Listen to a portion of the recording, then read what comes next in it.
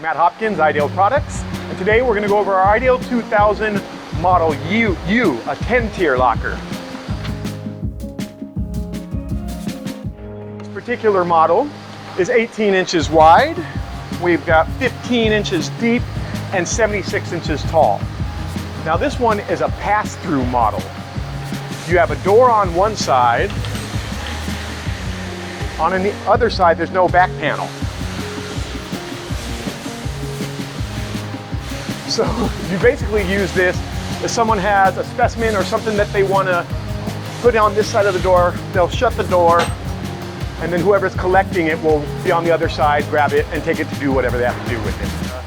Chrome keyed lock and Formica fog for the color. I find these used in hospitals or other secure locations. Thanks for watching our video and have a good day.